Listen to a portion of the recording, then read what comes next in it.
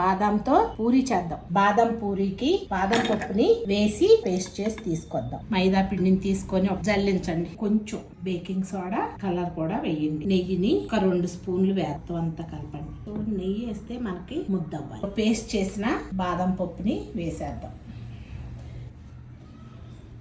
గట్టి పూరి పిండి కలుపుకుందాం. పంచదార తీసుకున్నాను, మునిగే వరకు నీరు పోద్దాం. తీగ పాకం వచ్చే వరకు పాకం పడదాం. సన్న తీగ వస్తుంది, సరిపోద్ది. యాలకల పొడి వేద్దాం. మెత్తగా పిసికేయండి. బాల్స్ లాగా చేసుకున్నాం. పూరి చేసేద్దాం. పిండి తీసుకొని నెయ్యి రాసి ఇలా నొక్కి నెయ్యి రాసి ఫోల్డ్ చేద్దాం.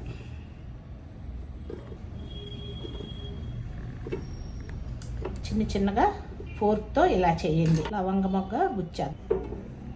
వేయించుదాం. బ్రౌన్ కలర్లో ఎర్రగా అయిపోయినాయి కదా, తీసేద్దాం. ఒకసారి వేసేయండి.